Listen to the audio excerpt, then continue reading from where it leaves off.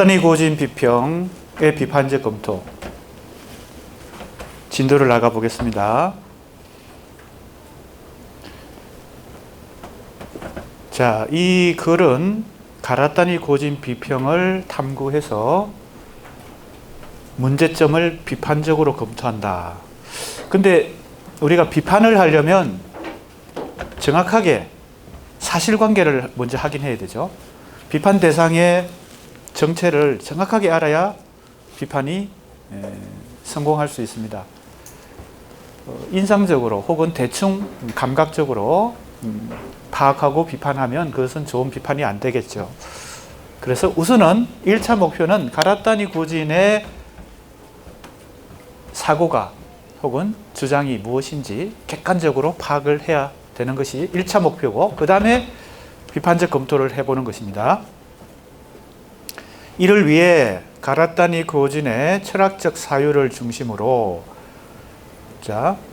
철학 혹은 사상의 영역이 있고요. 가라타니 고진이 탐구한 영역이 굉장히 광범위한데, 정치경제학 하면 이제 우리가 대표적으로 마르크스주의를 떠올리게 되죠. 정치경제학. 사회 역사, 인간의 사회 역사, 그리고 그 전체를 관통하는 어떤 법칙을 찾아내고, 이것이 이제 정치경제학이죠. 아주 큰 테두리의 거시적인 어떤 학문이라고 볼 수 있습니다. 정치경제학이요. 정치학 플러스 경제학. 마르크스주의가 바로 대표적인 사례죠. 가라타니 고진의 이 학문 영역은 정치경제학도 있고요.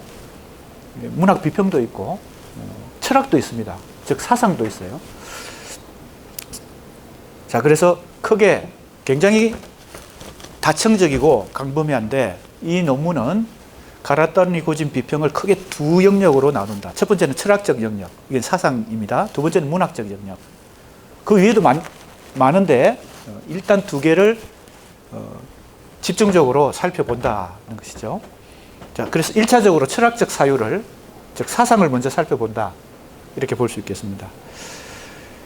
그런데 그 내용을, 철학 혹은 사상의 내용도 중요하지만 그 철학과 사상을 관통하고 있는 방법론을 주목해야 된다. 자, 그게 바로 트랜스 크리틱이다, 이렇게 되어 있습니다. 이 용어부터 잘 이해를 해야 될 것 같아요. 이 용어는 가라타니 고진이 직접 사용한 용어입니다. 트랜스 크리틱이라는 책이 있어요. 책 제목이기도 합니다. 그래서 그 책의 내용은 참 독특한데, 칸트와 마르크스라고 하는 서구 철학사의 두 중심을 서로 트랜스 크리틱한다, 이랬어요. 자, 그러니까 트랜스 크리틱이 뭔지를 이 책의 사례를 통해서 일단 우리가 짐작할 수 있습니다. 칸트의 관점으로 마르크스를 다시 읽고, 마르크스의 관점으로 칸트를 다시 읽는다는 거예요. 굉장히 다른 철학인데, 그죠? 마르크스는 정치경제학이고, 칸트야말로 근대 철학 중에서도 가장 뭐라고 할까요? 인간의 정신 능력을 가장 객관적으로 탐구했던 철학자 칸트인데, 그래서 이걸 번역하면 초월론적 비평인데, 이 번역을 이해하기 위해서 이 원어가 갖고 있는 크리틱은 비평이죠. 트랜스는 전환하다, 그죠? 트랜스. 형태를 전환하는 거. 영화 중에서 트랜스포머라는 영화가 있었어요. 그 바로 트랜스가 뭐예요? 형태가 막 바뀌는 거. 그죠? 그 영화 속에 로봇처럼 막 형태가 바뀌잖아요. 트랜스젠더. 성을 전환하는 거. 그래서 트랜스입니다. 전기 볼트를 전환하는 트랜스도 있죠. 그러니까 그 접두사 트랜스는 전환하다, 이런 뜻이에요. 전환 비평인데 직역하면 이게 무슨 뜻일까? 가라타니 고진의 책을 사례로 들면 칸트와 마르크스를 서로 교차하면서 연구한다. 이게 쉬운 게 아닌데요. 그죠? 일단 초월론적 비평이라고 번역할 수 있습니다. 이거 좀 이따가 설명을 다시 트랜스크리틱에 대해서 알겠습니다. 이걸 먼저 살펴본다는 거죠. 왜냐하면 이게 방법론의 핵심에 이 방법론이 있으니까 철학적 사유를 먼저 이 방법론을 가지고 살펴보고, 이를 토대로 이제 문학 비평을 주로 문학 비평도 여러 권이 있는데 가라타니 고진의 문학 비평 서적이요. 그 중에 이제 이 논문이 중심에 놓고 연구하는 것은 두 개예요. 지난 시간에 내가 약간 서두격으로 소개했던 바로 두 권의 책이죠. 하나는 일본 근대문학의 기원, 그 다음에 근대문학의 종원, 이것입니다. 기원과 종원의 문제를 강력하게 제시했기 때문에 일본 문학뿐만 아니고 한국 문학, 그리고 전 세계의 근대문학이라고 하는 것 자체에 어떤 충격파를 줬다. 그 주장을 또 우리가 살펴본다. 두 단계로 진행하겠다는 것이 이 논문입니다. 자, 지난 시간에 잠깐 설명했던 바로 이 내용입니다. 왜 가라타니 고진의 비평을 비판적으로 검토해야 될 필요가 있느냐? 특히 왜 비판적으로 검토해야 되느냐? 한국 문학계에도 혹은 학계에도 이제 충격과 당혹감을 줬다는 겁니다. 두 권의 책이요. 바로 첫 번째는 일본 근대문학의 기원. 이것이 이제 가라타니 고진의 책 중에서는 한국에 가장 먼저 번역된 책이에요. 1997년에 번역됐으니까요. 1997년. 가라타니 고진의 책 중에서 가장 먼저 번역이 됐어요. 그리고 문학동네라는 개간지에 근대문학의 종말이라고 번역이 되었고, 그 일부가, 이 책의 일부가, 그리고 2006년에 이 책으로 전체가 다시 번역되어서 근대문학의 종원이라는 책이 나왔으니까 꽤 많은 시간이 흘렀죠. 그죠? 한 7년 정도 사이에 상당한 변화가, 왜? 기원을 얘기했다가 종원을 얘기하니까. 그리고 그것이 한국 문학에도 언급을 한 거예요. 한국 문학에 대해서도. 일본 문학뿐만 아니고. 왜? 같은 근대문학이라는 이 뭡니까? 자장. 그죠? 자장 안에 있으니까. 자력권 안에 있으니까. 그렇다면 이것은 일본 문학과 한국 문학에만 해당되지 않겠죠. 전 세계 문학에도 이 주장이 어떤 뭡니까? 충격을 주었다. 이렇게 볼 수 있습니다.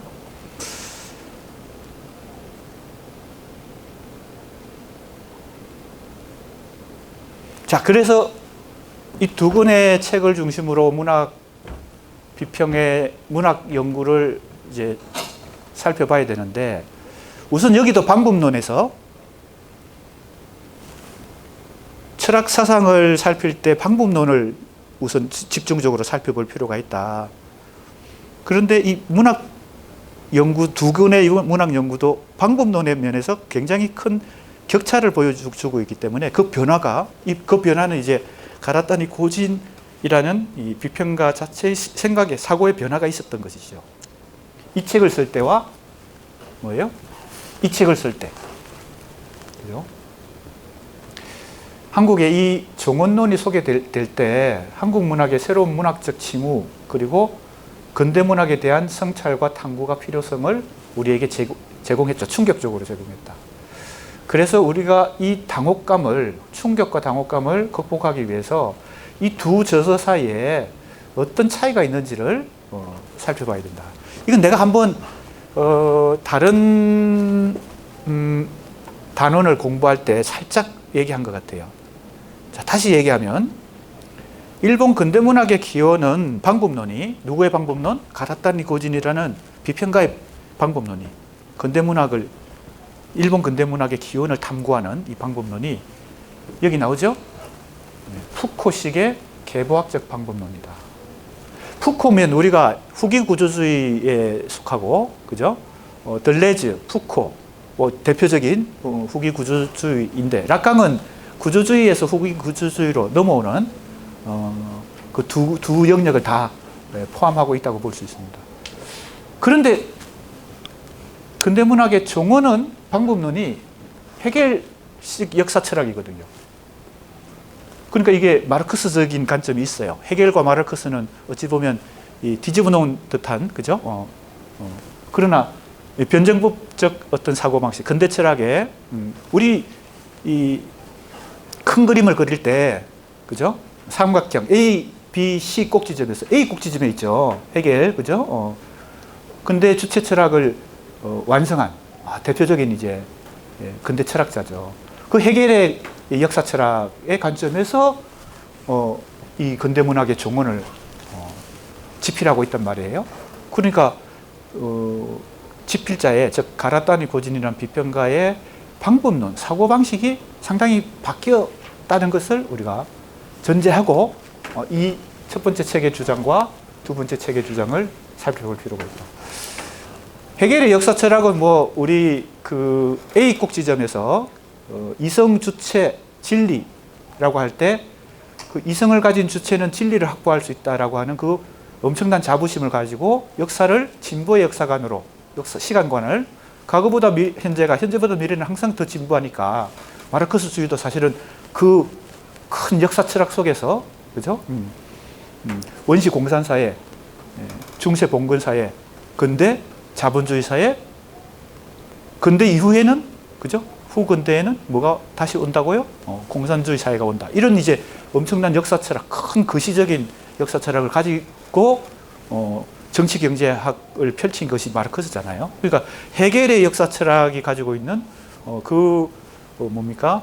사고방식과 크게 다르진 않죠. 물론 그걸 방법론적으로 유물론으로, 간념론을 유물론으로 바꿨지만은, 그런데 이게 뭐냐? 이걸 한번 살펴봐야 돼요.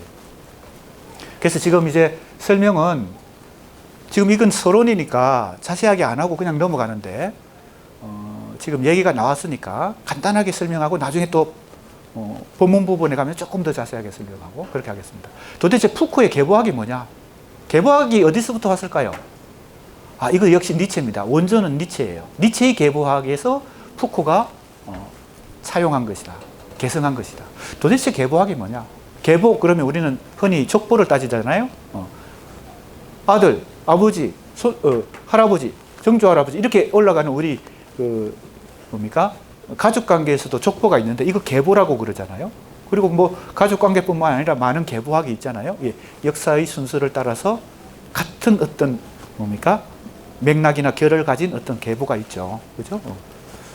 성씨도 우리가 가지고 있는 성, 그죠? 이름과 성 할 때 성도 계보죠. 그죠? 그런데 그거는 우리의 상식적이고 통상적인 개념의 계보잖아요. 즉 족보학이잖아요. 그게 아닙니다. 그래서 그냥 용어만 보고 계보학이구나. 족보를 따지는 거구나. 계통을 따지는 거구나. 이렇게 생각하면 착각하는 거예요. 자, 이 부분이 굉장히 중요합니다. 그래서 니체가 먼저 이 계보학을 제시했고 그걸 푸코가, 그러니까 니체가 상당히 이 A 꼭지점에서 B 꼭지점으로 오는데, 즉 근대 철학에서 현대 철학으로 오는데 굉장한 많은 영향을 준 거죠. 그죠? 니체가 당장 뭐예요? B 꼭지점에 가장 강력한 해체주의 데리다에도 영향을 줬죠. 그죠? 하이데거에도 영향을 주고. 누가? 니체가. 니체, 하이데거, 데리다가 가장 뭡니까? B 꼭지점을 대표한다고 할 수 있죠. 그러면 이제 푸코, 들레즈 이런 사람들도 니체로부터 많은 영향을 받았는데, 이제 특히 이제 요 개념만 가지고 이제 지금 설명을 해보겠습니다. 니체의 철학이 굉장히 강분명하게 현대 철학에 영향을 줬지만, 자, 계보학이 뭘까? 니체의 책 중에 선악의 계보라는 책이 있어요. 선악이 뭐예요? 도덕이잖아요. 그래서 간단히 얘기하면 도덕을 계보학적으로 탐구하는 거예요. 대표적인 게 선과 악이에요. 근데 이 계보는 우리가 뭐예요? 족보를 따라 거슬러 올라가듯이 그런 일정한 질서를 가지고 뭡니까? 전통을 개성하고 발전시키고 이런 의미가 아니에요. 완전히 반대 의미예요. 어떤 의미인가 하면요. 선과 악이 이제 문명사회에서 근대사회, 현대사회에서 우리 인간들에게 선과 악이라는 도덕의식이, 도덕관념이 자리 잡게 되고, 그 선은 어떤 게 선이고 어떤 게 악이라고 하는 것이 이제 어느 정도 구분이 되는 그 의식을 갖고, 도덕 의식을 갖고 살잖아요. 그게 도덕인데, 그게 거슬러, 이제 계보학적으로 거슬러 올라가 보면요. 이게 원래는 그것이 전도라면 거꾸로 바뀌었다는 거예요. 전도됐다는 말은 뒤집혔다는 거예요.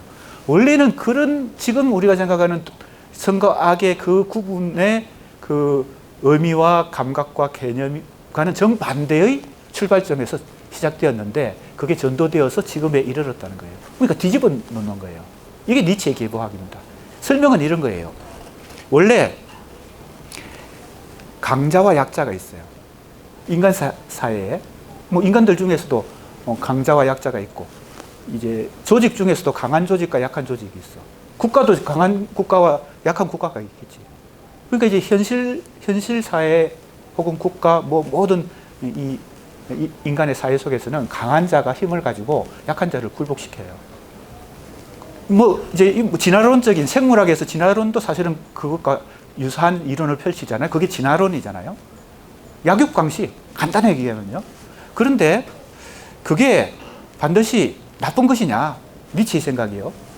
그렇게 그걸 나쁘게 생각하는 것은 지금 우리의 도덕관에서 그것은 강한 사람은 악이다, 약한 사람은 선이다, 이런 고정관념이 언제부턴가 생겨가지고, 원래 도덕이 생겼을 때의 선악이 생겼을 때의 그 개념 자체가 일종의 보복심리라는 거예요. 누구의 보복심리일까요? 약자의 보복심리.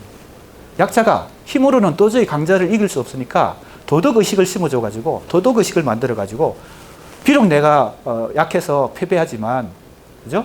나는 선한 사람이고 너는 악한 사람이야. 이렇게 강자를 악이라는 도덕으로 단죄한다는 거예요. 복수한다는 거예요. 이게 니체의 계보학입니다.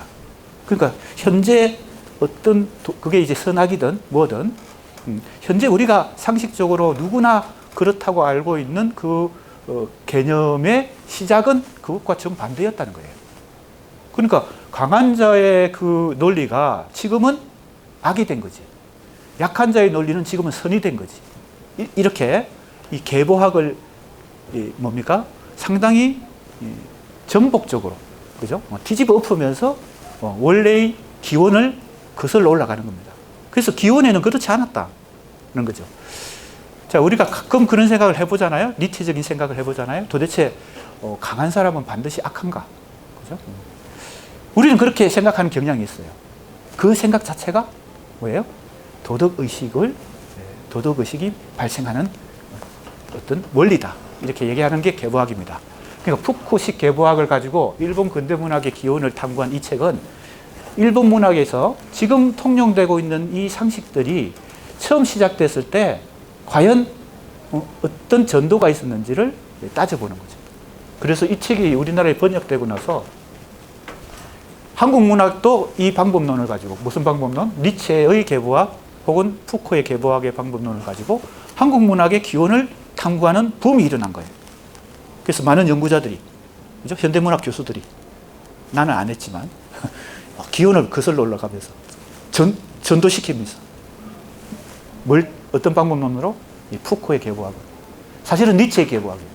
푸코가 그걸 자기 방법론으로 삼아서, 물론 푸코는 니체만 개성한 건 아니고 여러 자기 나름의 방법론도 있고 또 니체 이외에 다른 어떤 영향을 받은 사람도 있겠지만, 이 계보학이라는 것은 니체로부터 왔다, 이렇게 볼 수 있습니다. 그래서 이렇게 해서 크게 보면 후기 구조주의적 방법론이에요. 그죠? 왜냐하면 푸코가 후기 구조주의의 범주에 들어가니까. 그런데 오히려, 그러니까 우리가 큰 그림 삼각형 A, B, C로 보면 이건 B에 속하는데, 푸코의 계보학은요, 헤겔은 A에 속하죠. 그러니까 오히려 역으로 올라간 거야. 역으로 거슬러서 방법론으로 따지면 헤겔의 역사철학으로 다시 갔어. 헤겔의 역사철학은 엄청나게 거시적인 시각으로 인류의 역사와 역사를 이제 뭡니까? 파악하는 것이죠. 그게 정치 경제학이기도 하고, 나중에 이제 가라타니 고진의 변모, 사상적 변모가 여기서 잘 나타납니다. 자, 좀 진도를 나가면서 나중에 다시 설명하기로 하겠습니다. 이를 위해서는 두 문학적 저서를 문학론 자체로서 고찰하기보다 정치, 경제학, 철학, 자, 문학론이지만 왜냐하면 일본 근대문학의 기원이나 근대문학의 종언은 문학 연구소잖아요. 그죠? 근대문학을 연구한 거니까 문학연구소인데 이 가라타니 고진의 이 방법론 속에 개보학적인 방법론도 있고 그의 비평이 상당히 많은 학문 영역을 가로지르기 때문에 여기 보세요. 정치, 경제학, 철학, 정신분석학도 있고요. 수학, 화형론적 언어. 화형론 한번 우리 공부했죠. 수사학 공부할 때 화형론 뭐예요? 스피치 액트 시어리, 화형론. 그러니까 처음부터 어떤 언어가 의미가 처음부터 정해져 있지 않고 상황과 맥락에 따라서 같은 문장도 다른 의미와 맥락으로 해석될 수 있는. 그래서 이제 대표적인 이 화형론 이론가를 누구로 예를 들었어요? 비트겐슈타인. 그리고 스티븐 툴민이 그 같은 제 후계자다 이렇게 얘기했죠.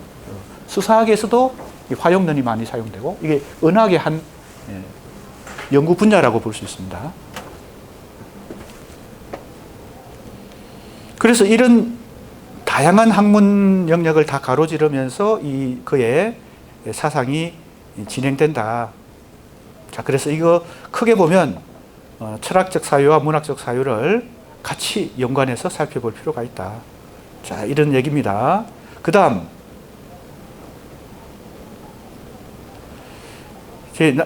이제 수사학이라고 하는 관점을 이제 여기서 한번 적용시켜 봤습니다.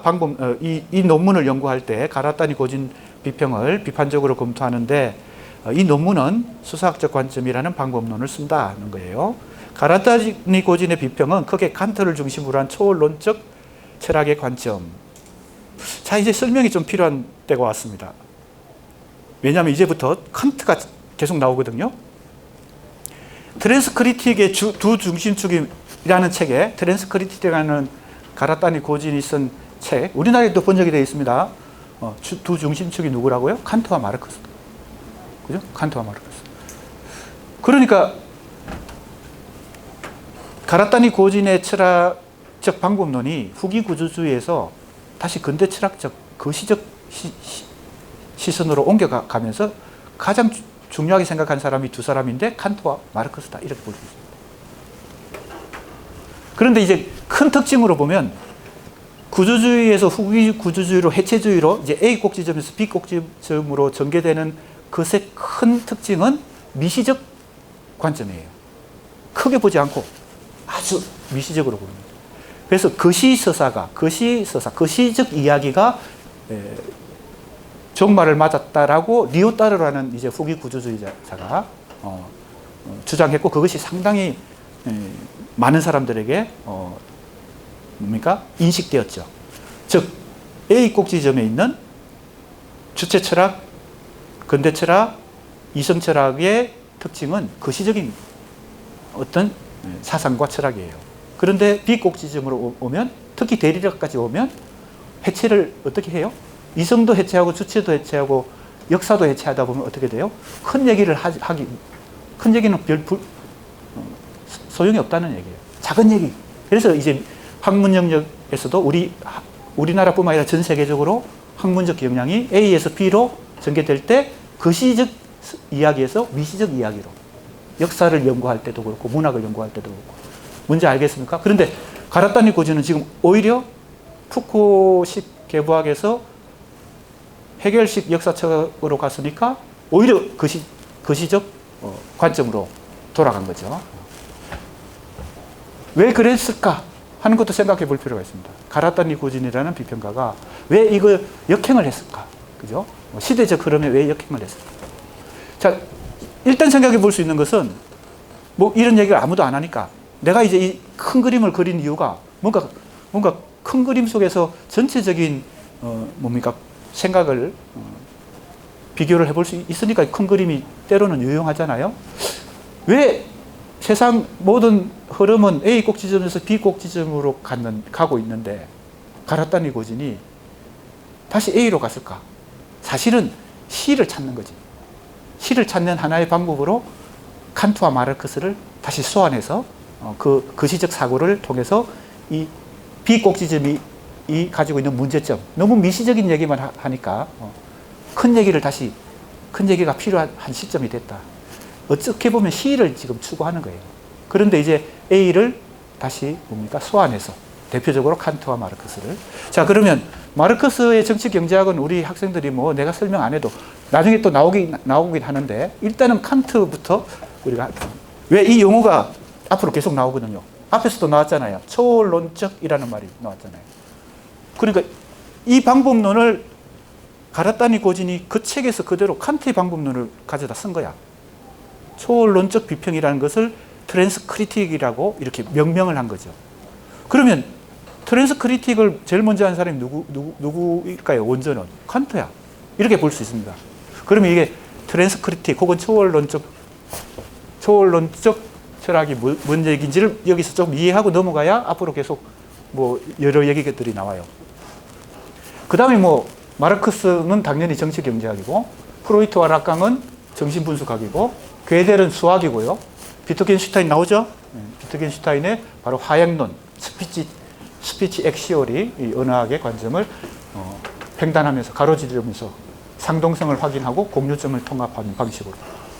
이것이 바로 이제 방법론인데, 이 방법론의 핵심이 다 바로 트랜스크리틱이다. 바로 초월론적입니다. 그러면 칸트가 먼저 원조로서 보여줬는데 이걸 가져와서 자기가 칸트와 마르크스와 프로이트, 락강, 괴델, 비트겐슈타인 이런 여러 학문들을 이렇게 접목시키는, 우리가 말하는 융합을 하는 그런 방법론을 썼다. 그러면 도대체 칸트가 사용한 초월론적 철학이 뭘까? 그 설명을 약간 하고 넘어갈 필요가 있습니다. 칸트의 대표적인 저서가 세 권이죠. 순수 이성 비판, 실천 이성 비판, 세 번째가 판단력 비판이에요. 근데 비판이란 말이 여기서 사용되고 있죠. 그죠? 비판이란 말이. 이때 비판이란 말은, 우리가 역시 비슷해요. 우리가 일상적으로 사용하는 비판적으로, 지금 내 논문의 제목에서도 비판이 나오잖아요. 비판적 검토. 그런 비판이 아니에요. 이것은 가능 조건을 따져보는 겁니다. 가능 조건을 따져보는. 이해가 잘 안 될 수 있는데, 예를 들면요, 순수 이성 비판은 인간의 순수 이성이 어디까지 한계가 있는데 그 한계 너머는 뭐라 그랬어요? 순수 이성이든 실천 이성이든 판단력이든 그 인간의 정신 능력 너머에는 알 수 없는 세계가 있는 거죠. 사실은 그게 진리의 세계인데, 그죠? 인간이 거기까지는 도달하지 못해요. 왜? 인간이 절대적이지 않으니까. 그러니까 칸트는 상당히 데카르트보다 겸손해졌죠. 데카르트는 절대적인 어떤 능력을 가진 이성적 주체를 설정했으니까, 상정했으니까. 코끼또, 그죠?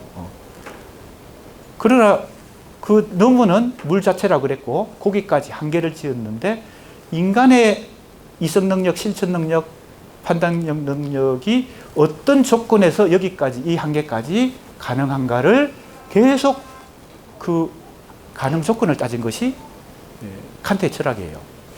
큰 틀에서 칸트의 철학의 특성을 한마디로 요약하면요, 그게 바로 비판입니다. 지금 우리가 비판적으로 검토한다, 이런 의미가 아니에요. 그 비판은 한계 조건을 규정한다. 자, 생각해 보세요. 조금 어려울 수 있기 때문에 쉽게 이해할 수 있도록 내가 설명할게요. 왜 인간 중심주의에서 벗어날 수 있는가? 그죠? 데카르트식으로 따지면 우주의 중심이 인간이잖아. 이성을 가졌으니까. 이 이성은 절대적인 권능을 가지고 우주를 개발하고 자연도 정복할 수 있잖아요. 그런데 칸트가 생각한 인간의 능력은 한계가 있으니까 그 한계를 내가 쉽게 그냥 설명을 하기 위해서 예를 들면, 우리가 가을 하늘, 지금 가을이 보려면 좀 많이 기다려야 되지만 가을 하늘이 가장 전형적일 때 스카이 브루, 파란색이잖아요. 그래서 인간들에게 가을 하늘 색깔이 뭐냐 하면 다 파란색이라 그래요. 그런데 그게 과연 가을 하늘 색깔이 파란색일까? 그게 진리일까? 하고 물어보면 인간이 보니까 그런 거지. 예를 들면 인간의 이 감각 구조, 특히 시선 구조, 시선의 감각 구조가 우리는 인간이 절대자가 아니니까요. 개의 눈으로 봤으면 그게 파란색일까? 회색일 수도 있어요. 잠자리의 겹눈으로 보면, 잠자리 눈이 여러 개 복수의 눈이잖아. 잠자리 눈으로 보면 그게 무슨 색깔일까? 알 수 없지. 인간이 잠자리 눈이 될 수 없지. 물론 과학적으로 연구해서 그걸 캐낼 수는 있겠지. 개의 시선의 구조라면 그게 무슨 색깔일까? 그러니까 가을 하늘 색깔이 푸른색이라고 하는 것은 절대 진리가 아니란 겁니다. 인간의 시선 구조의 능력 하에서 그것은 파란 하늘일 뿐이에요. 그래서 물 자체라고 하는 걸 알 수 없다고 칸트는 생각한 거죠. 그걸 이제 비유로 내가 하나의 예로 얘기한 거예요. 인간의 이성 능력, 순수 이성, 실천, 즉 도덕 능력, 그 다음 판단 능력은 예술 감각 능력이에요. 예술을 즐기고 평가하고 비평할 수 있는 능력, 이게 판단력인데 거기에는 상상력이라고 하는 인간의 능력이 들어가죠. 그리고 이성과 지성과 상상력, 이런 여러 인간의 정신 능력들을 가능하게 하는 조건이 시간과 공간과 여러 가지 조건들이 있어요. 그 조건 하에서 인간의 이성이 여기까지 갈 수 있다. 인간의 감성은 여기까지 갈 수 있다. 인간의 판단력은 여기까지 갈 수 있다. 하는 걸 굉장히 다양한 범주와 다층적인 측면에서 다 객관적으로 검토를 한 거예요. 그러니까 인간 중심주의의 주관적 사고로 이 철학을 하는 것이 아니라 인간이 그런 철학을 할 수 있는 조건이 뭐냐, 이걸 따진 거예요.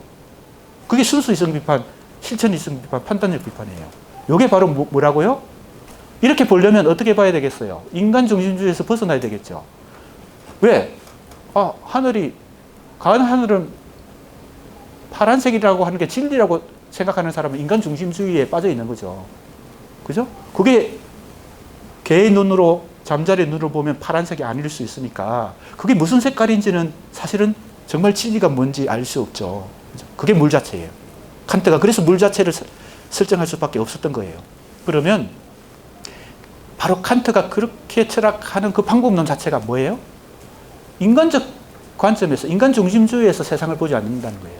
철학을 할 때도 대상을 분석하고 자연을 분석하고 인간을 분석하고 인간의 이성과 인간의 감성과 인간의 상상력, 인간의 예술 능력, 이런 걸 분석하고 철학을 할 때도 인간 중심주의로 보지 않고 어떻게 봐야 이것이 객관적으로 더 가치 중립적으로 볼 수 있을까요? 외부의 시선으로 인간의 능력을 봐야 되겠죠. 그래야 이게 절대 진리가 가을 하늘이 푸른색이 아니라는 것을 알 수 있죠. 그죠? 조금 전에 내가 예를 들었던 개의 눈으로도 보고 잠자리의 눈으로도 봐야 이게 절대적이지 않다는 걸 알 수 있잖아요. 그러니까 외부의 시선으로 인간의 능력을, 인간의 순수이성, 인간의 실천이성, 인간의 판단력을 연구해야 되겠죠. 칸트가 그렇게 한 거예요. 칸트의 철학은 그런 철학입니다. 그러니까 그 이전의 철학과는 다른 철학을 한 거예요. 그 이전에 어디서부터? 플라톤, 소크라테스, 그 고대 철학자, 그 다음에 중세 철학자, 근대 철학자들까지 한결같이 인간 중심주의에서 세계를 봤는데 칸트에 이르면 외부의 눈으로 인간을 분석하는 거예요. 이게 바로 뭐예요? 트랜스크리틱입니다. 이것이 초월론적 철학이에요. 이게 칸트가 철학하는 방법이었어요. 그 방법론을 가지고 어떻게 한다고요? 이 트랜스크리틱이라는 자기 방법론을 만들어가지고 1차적으로 그 책에서, 어떤 책? 트랜스크리틱한 책에서, 그래서 이제 그런 외부의 눈으로 가능한 거예요. 마르크스의 관점으로 아무리 연구해봐야 그건 진리지. 근데 칸트의 방법론으로, 칸트의 철학으로 마르크스를 한번 연구해보는 거예요. 그리고 칸트도 절대적이지 않으니까 칸트의 철학도 마르크스적 정치 경제학의 관점에서 연구를 해보는 거야. 그러면 새로운 결과가 나오겠죠. 새로운 인식에 도달하겠지. 그게 바로 트랜스크리틱입니다. 그래서 이렇게 설명할 수 있어요. 초월론적 비판이라고 한 칸트의 저서에 공통적으로 비판이 붙었을 때 그 비판이 그런 뜻이라고. 내가 다시 정리하면 가능 조건을 탐구한다. 이게 비판이에요. 인간이 순수 이성이 어떤 조건에서 가능한가? 시간과 공간과 뭐 여러 가지 조건 속에서 순수 이성이 가능해요. 도덕 실천 이성도 어떤 조건 하에서 가능해요. 아까 내가 가을 하늘이 파랗다고 하는 것은 인간의 시각 구조, 즉 생물학적 구조가 그 하늘색을 파랗게 보는 거거든요. 그 구조를 다 따져보는 거지. 가능 조건을 따져보는 거예요. 자, 바로 초월론적 비판을 통해 끊임없이 이동을 반복한다. 그런 말을 이용해요. 이동을 반복할 이유는 뭐예요? 바깥의 시선으로 봐야 되니까. 프로이트 락강을, 그죠? 비트겐슈타인의 입장에서 프로이트 락강 정신 분석을 본다면 또 다른 면이 보이겠죠. 그죠? 그래서 수학도 마찬가지죠. 수학도 예를 들면 비트겐슈타인 입장에서 수학을 괴대를 살펴볼 수도 있겠죠. 이것이 바로 초월론적 비판을 통해, 간단히 얘기하면 초월론적 비판은 외부적 시선으로, 바깥의 시선으로 연구한다는 겁니다. 끊임없는 이동을 반복해서 다른 질서, 다른 지식 체계 사이의 이동이 야기하는 강한 시차. 시선의 차이입니다. 시차. 시선의 차이예요. 이게 이제 가라타니 고진의 방법론이고, 사실은 이 초월론적 비판을 트랜스크리티라는 용어로 다시 개념화해서 자기 연구 방법으로 삼았어요. 사실은 칸트가 원조로 보여줬다, 이렇게 볼 수 있습니다. 이 시차라는 이 용어는 누구의 책 제목이기도 한가 하면요, 이건 약간 역길로 새는 것인데, 우리가 공부했던 지난 단원에서 두 번째 단원에서 공부했던 지젝의 책 중에 이 시차라는 책이 있어요. 그러니까 지젝은 락강주의자이면서도 지금 칸트적인 요소, 혹은 뭐 아마 가라타니 고진의 영향을 받았을 수도 있겠죠. 동시대에 지금 철학을 펼치고 있으니까요. 이런 제목의 책이 있습니다. 시차. 시차를 형성하면 어떻게 돼요? 바깥의 시선으로 좀 더 객관적으로 볼 수 있게 됩니다. 우리가 비교한다는 거 있잖아요. 이강수와 일본의 나즈메 소세키라는 일본 근대문학의 대가가 있는데, 두 사람을 비교 연구한다. 두 사람의 소설을. 그러면 이강수가 좀 더 객관적인 연구가 가능하죠. 그래서 비교 연구, 우리 문학에서는 오래전부터 비교 연구라고 하는 게, 비교 문학이라는 게 있었잖아요. 그리고 뭐 김기림의 기상도는 T.S. 엘리어트의 황무지의 영향을 받아서 쓰여졌으니까 엘리어트의 황무지와 김기림의 기상도를 작품을 비교 연구할 수도 있죠. 그러면 이 기상도라는 작품만 가지고 연구하는 것보다 좀 더 객관적인 시선을 확보할 수 있죠. 이것도 뭐예요? 트랜스크리틱입니다. 이것도 초월론적 비판입니다. 초월론적 관점입니다. 즉 시차를, 시선의 차이를, 시각 차이를 확보하는 거죠. 그래서 칸트로부터 마르크스를 읽고 마르크스로부터 칸트를 읽는 방식, 이것이 이제 어디에 적용한 거예요? 그 책에, 트랜스크리티라는 책에 바로 그런 연구를 시도한 것입니다. 자, 뭐 이 책 전체는 수사학적 관점과 접목시키고 있기 때문에 문학 연구와 또 다른 인문학들을 수사학과 계속 접목시키고 있기 때문에, 이것은 우리가 중간고사 범위에서 현대 수사학이 크게 문체의 수사학과 논정의 수사학으로 크게 둘로 분열되어 있다, 이런 얘기를 했잖아요. 그래서 어떻게 보면 이 분열된 걸 통합하는 두 관점 사이를 가로지르는 횡단적 수사학이 필요하다, 이런 얘기를 내가 방법론으로 한번 해보는 거예요. 어떻게 보면 횡단적 수사학 혹은 통합적 수사학이죠. 그렇게 되면 왜? 문체의 수사학은 상당히 미시적인 분석이고, 뭡니까? 그 다음에 논정의 수사학은 그 의사소통의 과정과 맥락과, 그죠? 배경을 다 살펴보는 좀 거시적인 연구 방법이거든요. 문체의 수사학의 미시적인 방법과 논정의 수사학의 거시적인 방법이 서로 또 횡단할 수 있고, 또 통합되면 좀 더 수사학적 방법론으로 더 종합이 될 수 있다, 이런 생각을 가지고 이 가라타니 고진의 이러한 상당히 광범위한 이 영역을, 지식 영역을 이 통합적 수사학 혹은 횡단적 수사학으로 한번 살펴보겠다. 이런 문제의식입니다. 자, 이제 가라타니 고진이 우리나라 한국에 가장 먼저 번역된 것은 일본 근대문학의 기원이라고 그랬죠. 여기 다시 나옵니다. 자, 여기서 간단하게 교재에서 말하고 있는 분석소가 뭔지 한번 보겠습니다. 이 책에서 일본 근대문학이 어떻게 시작되었는가, 이걸 한국 문학에 적용해 볼 수 있어요. 굉장히 흥미롭죠. 왜냐하면 한국 문학도 고전 문학이 개화기 문학을 거쳐서 근대 문학이 시작될 때 뭔가 제도적으로도 바뀌고 문학 작품의 문체도 바뀌고, 그죠? 그렇지 않겠어요? 여러 가지 근대 문학이라고 하는 형성 시기에 새로운 것들이 많이 만들어지는데, 일본도 그랬을 거예요. 아마 일본이 우리보다 조금 앞섰을 것 같아요. 왜? 서구 문학이 일본을 거쳐서 한국을 들어왔으니까. 최남선의 신체시 할 때 그 신체시라는 용어도 일본에서 먼저 그 용어를 사용한 거죠. 그 장르 개념으로. 새로운 몸을 가진 시. 그러니까 이전에 일본에도 고전적인 시가 있었고 한국에도 고전 시가 있었는데, 그죠? 시조나 가사 같은 게 있었는데, 근대 문학으로 바로 넘어온 게 아니라 이 과도기를 거치죠. 이게 바로 신체시라는 형식인데, 그게 사실은 일본에서 그 용어가, 그 장르 개념이 먼저 사용된 걸 우리가 그냥 수용한 거예요.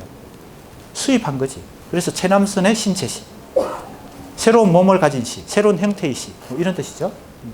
자, 그러면 첫 번째 언문일치란 게 있습니다.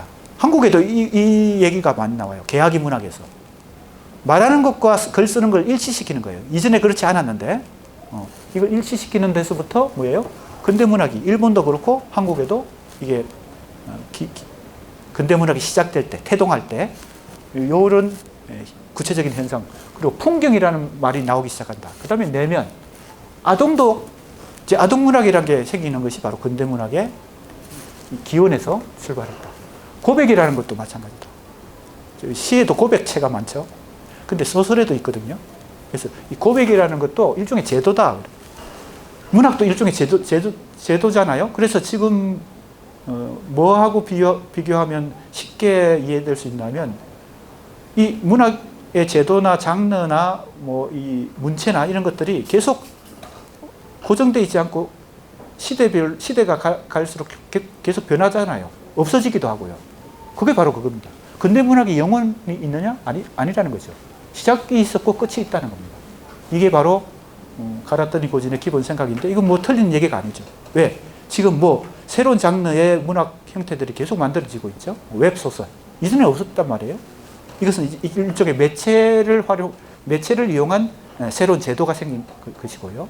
그 다음에 소설 중에서도 칭릭, 뭐 이런 장르가 생겨나요. 뭐 좀 뭐라고 할까요? 흥미있고 가벼운 어떤 일상적인 어떤 이야기들 다루고 있는 칭릭, 뭐 이런 것도 있고, 다양한 어떤 형태의 새로운 장르들이 생기거든요. 그것도 마찬가지예요.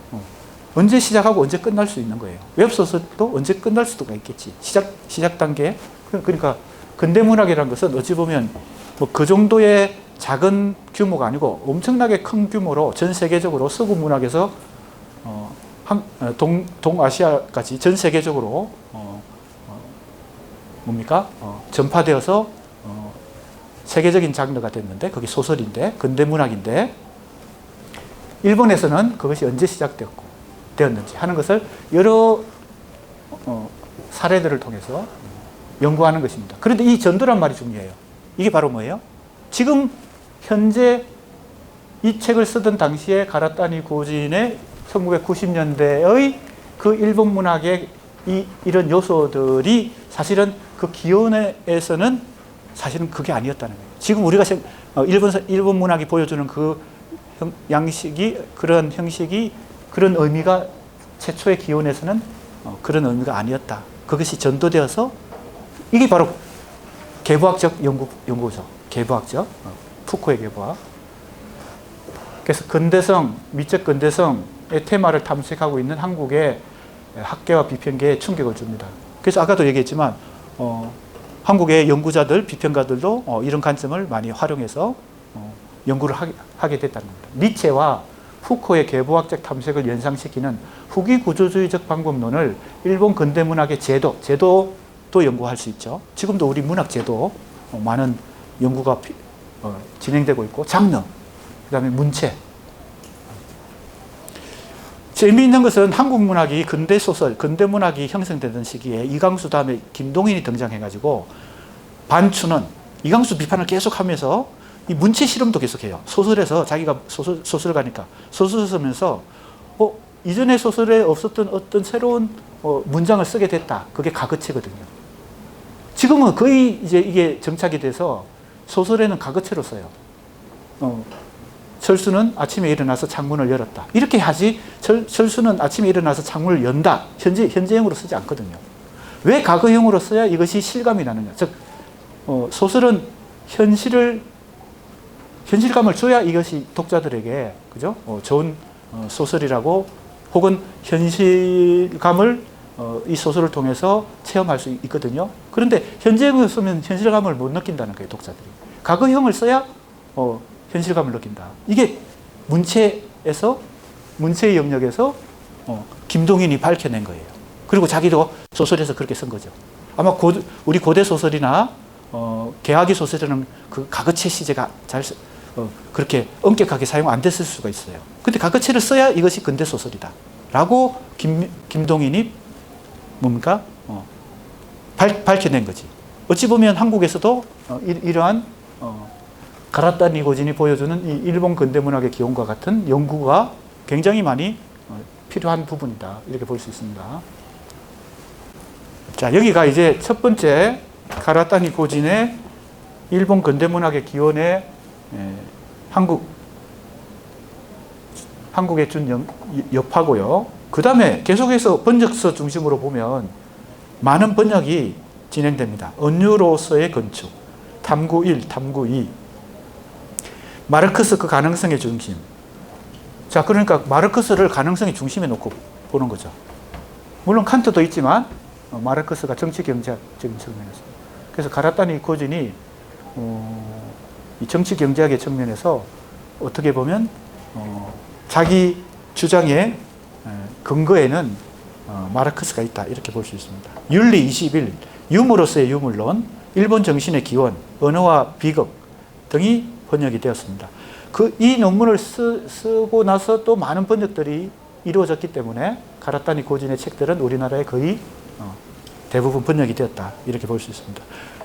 너무 광범위하기 때문에 이걸 다 우리가 이 하나의 논문에 다 다룰 수가 없고 크게 둘로 나눠서 다룬다고 그랬죠.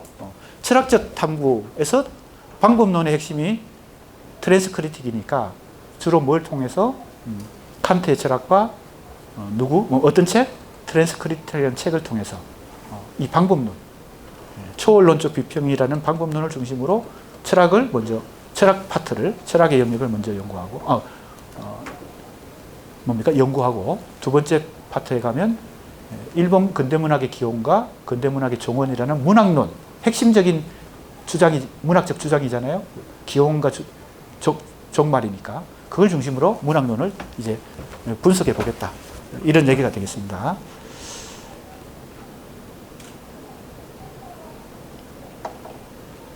자, 이제 트랜스크리틱의 의미. 이미 내가 한번 설명했지만 이 책에서 가라타 니고진이 자기 철학의 방법론, 자기 연구 방법론을 아주 명확하게 밝힙니다. 그 방법론을 책 제목으로 삼은 거예요. 트랜스크리틱이라는 책에.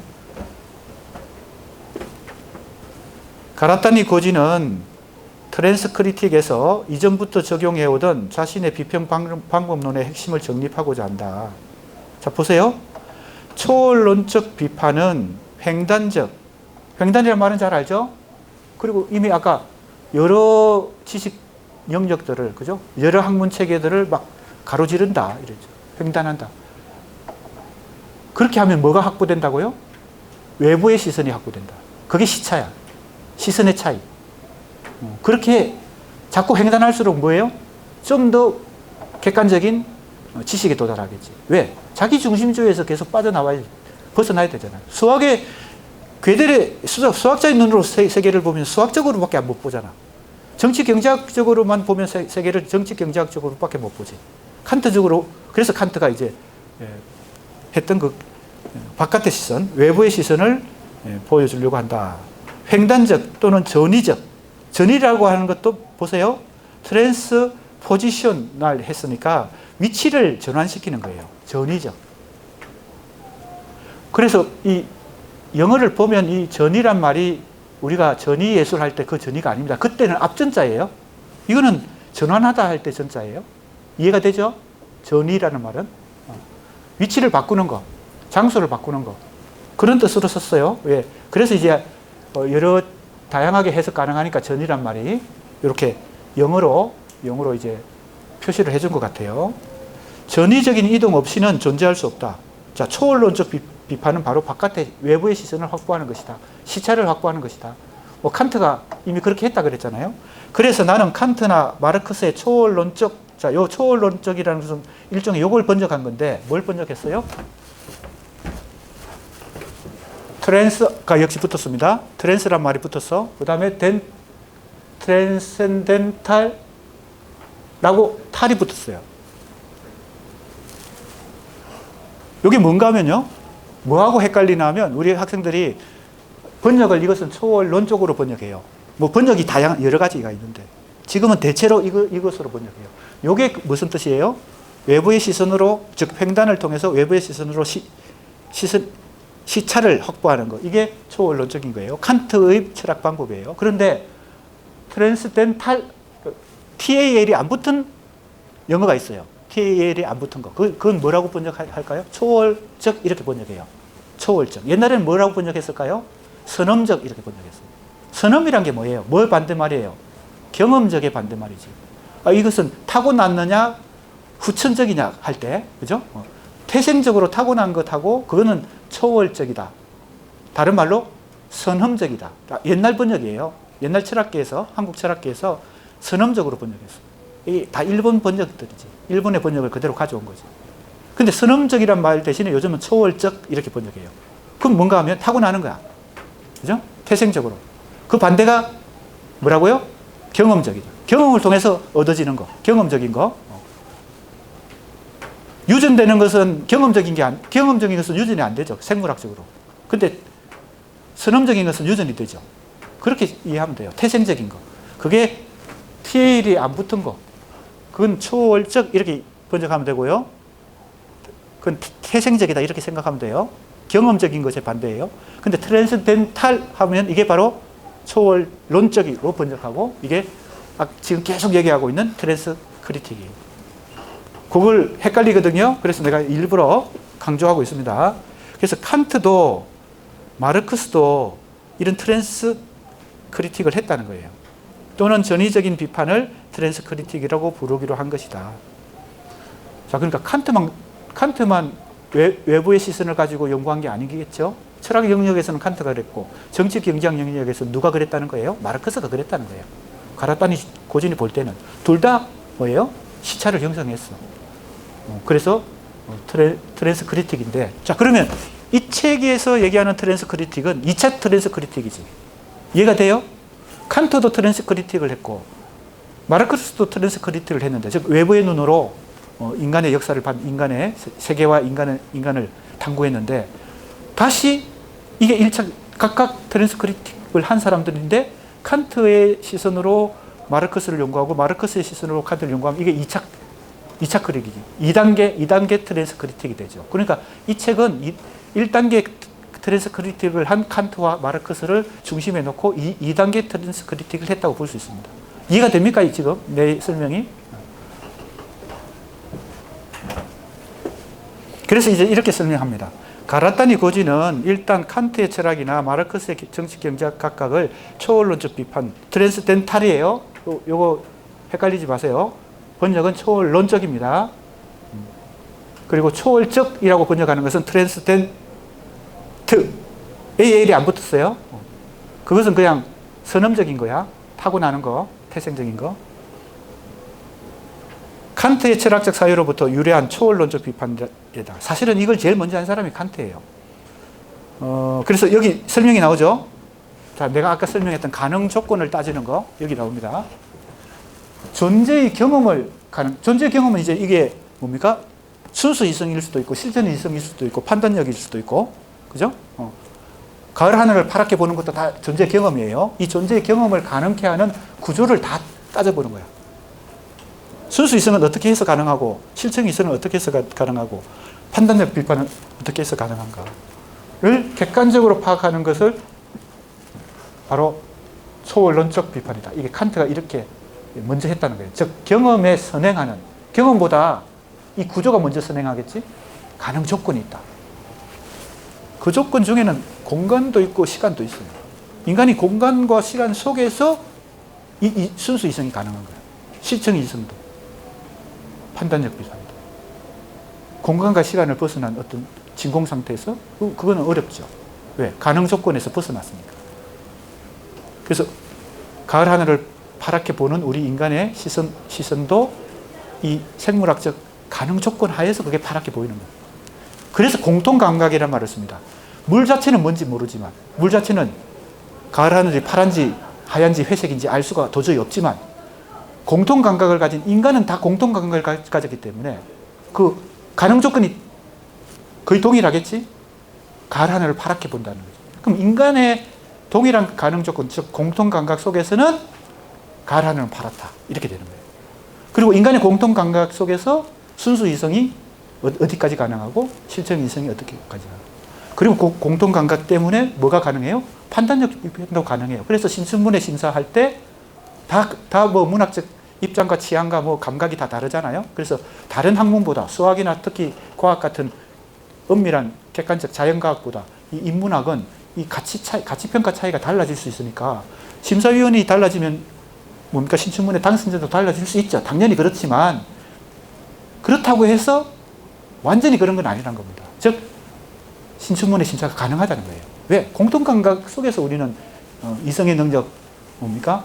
도덕의 능력, 예술 판단력의 능력을 공통감각이라고 하는 그 안에서 발휘하기 때문에 100%는 아니지만 어느 정도 그 평가가 가능하다. 그래서 당선자를 뽑을 수가 있다.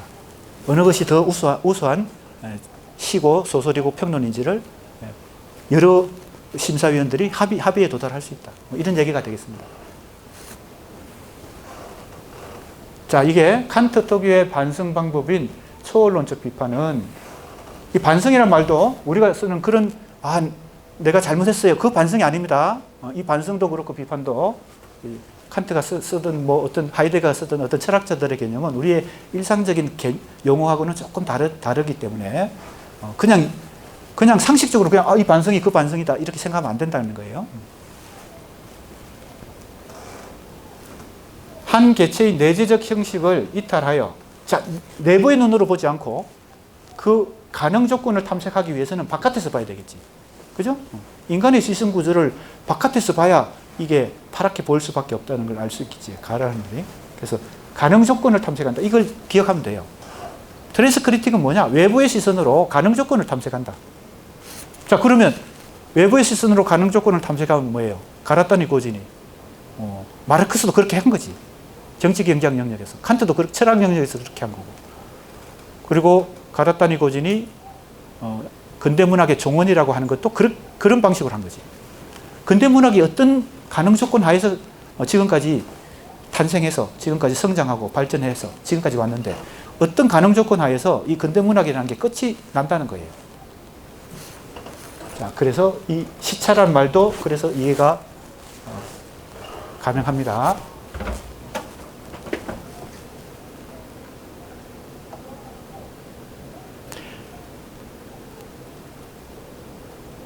자, 강한 시차를 낳기는 한다. 하지만 그 비교는 강학적 기만을 피하고, 이 강학적 기만이라는 게 있어요. 그죠? 이게 이제 뭐 쉽게 얘기하면 가을 하늘이 파랗게 보여. 그럼 이게 진리다라고 생각해버리면 이게 외부의 시선으로 이 가능 조건을 따져보지 않고 그냥 진리를 판단하는 거잖아. 인간 중심주의로. 그죠? 그게 가을 하늘뿐만 아니고 여러 지식들 학문에서 내가 이게 진리라고 판단하는 것이 외부의 시선으로 보지 않은 한 이 기만에 빠질 수가 있다는 거예요. 그것을 피하고 인간성의 인식 능력에 관하여 진정한 위치에 두기 위해서는 이 트랜스크리틱을 해야 된다는 것이 이제 가라타니 고진의 생각이고, 이걸 사실은 칸트로부터 배운 거겠죠. 또 그리고 마르크스로부터도 배웠겠죠.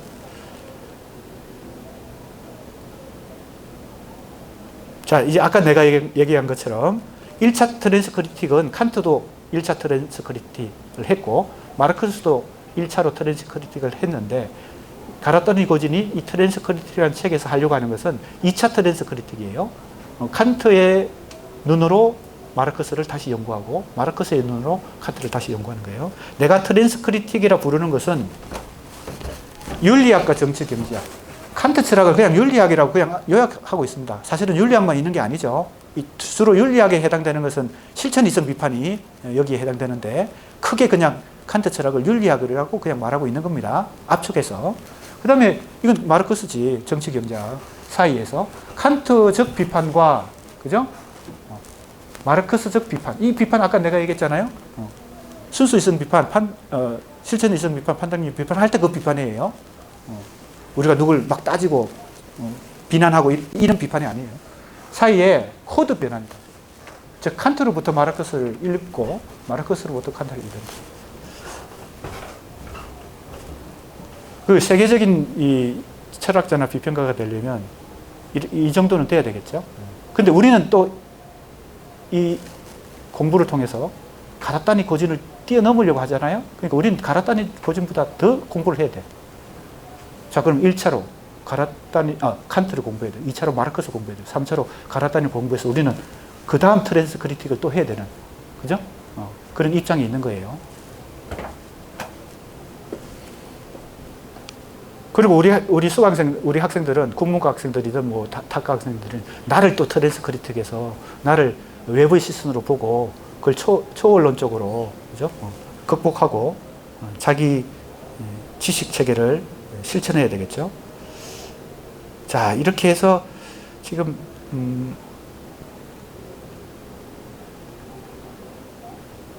이 트랜스크리틱을 중심으로 한번 살펴본 내용입니다.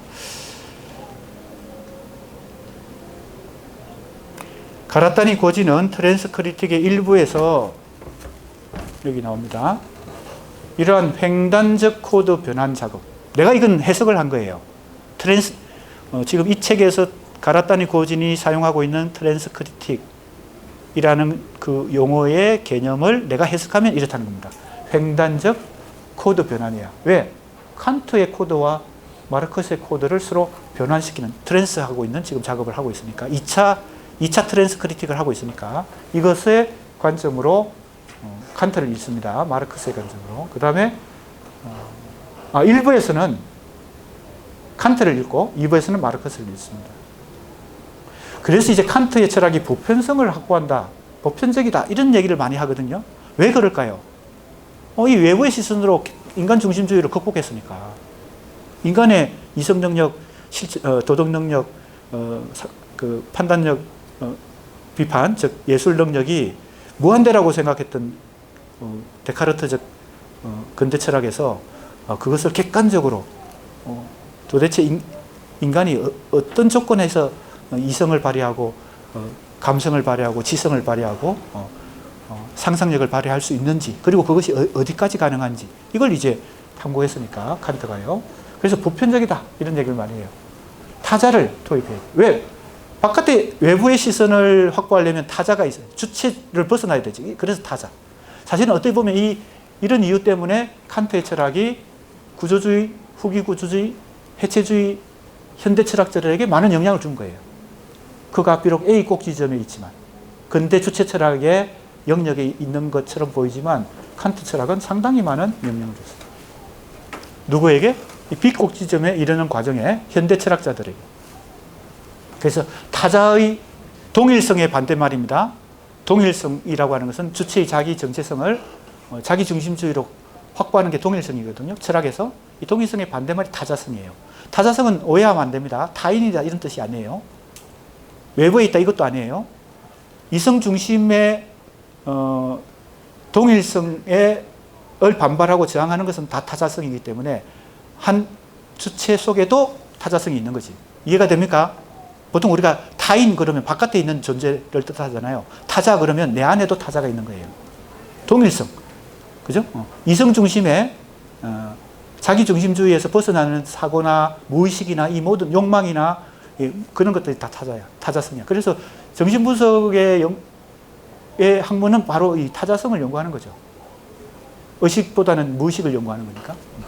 자, 타자를 도입하는 것은 외부의 시선, 그것과 관련이 있습니다. 그래서 공동주관성, 공통감각이라는 말이 나왔어요. 그죠? 칸트가 사용한 용어입니다. 나와 동일시될 수 있는 상대가 아니다. 초월적, 자, 여기 나옵니다. 이 초월적이라는 말이 여기 나오죠. 트랜스덴트. AL이 빠진 거예요. 이건 그냥 초월적 이렇게 번역해야 되고, 이것은 타고나는 겁니다. 옛날에는 선음적이라고 번역했던 거, 태생적인 거, 이런 뜻입니다. 그래서 초월적 타자는 신이 아니다. 그죠? 인간은 신이 될 수 없으니까, 이런 트랜스크리틱이 어려운 영역에 있는 것이 신이잖아. 그럼 이거는 선음적인 타자야. 그죠? 그래서 초월적 타자죠. 초월론적으로 접근이 안 돼. 그래서 여기 나오죠? 초월적 타자인 신이 아니라 초월론적으로 타자. 그죠? 그래서 이 타자성의 철학 방법론이다. 이런 얘기를 할 수 있습니다. 그래서 이런 관점으로 칸트는 순수 이성 비판에서는 이론적 입장에서 자기, 주체, 자유 등을 증명하는 형이상학을 펼칩니다. 인간의 자기, 주체, 자유라고 하는 이 이성 능력을 가능 조건이 무엇인가? 실천 이성 비판은 여기 나오듯이 자기, 주체, 자유 등이 어떻게 존재하는지 드러낸다. 가라타니 고지는 마르크스의 유물론을 관념론과 경험론의 시차에서 존재했다. 자, 유럽의 관념론과 영국의 경험론의 그 뭡니까? 차이에서, 그 시각의 차이에서 마르크스가 바로 이 자신의 유물론을 펼쳤다. 이렇게 볼 수 있습니다. 왜? 관념론과 경험론, 영국의 경험론과 유럽의 철학은 크게 보면,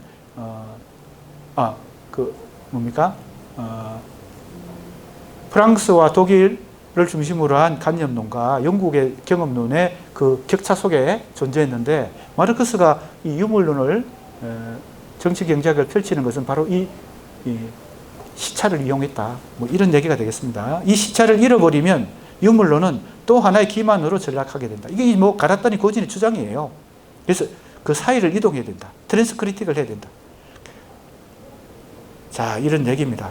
그래서 자본은 화폐가 생산, 원료, 노동력, 생산물, 다시 화폐로 변환해 가는 과정인데, 그래서 자본과 국가와 네이션, 이건 민족이죠. 민족, 종교는 모두 교환이라는 경제의 관점에서 이해될 수 있다. 이런 또 정치경제학적 관점으로 아주 변화무쌍한 다양하고 입체적인 이 관점과 방법론을 가지고 철학과 문학 비평을 하는 가라타니 고진의 모습입니다. 자, 이제 트랜스크리틱의 방법론을 살펴봤으니까 그 다음에 이제 다음 시간에는 이 4장을 공부하도록 하겠습니다. 수고했습니다.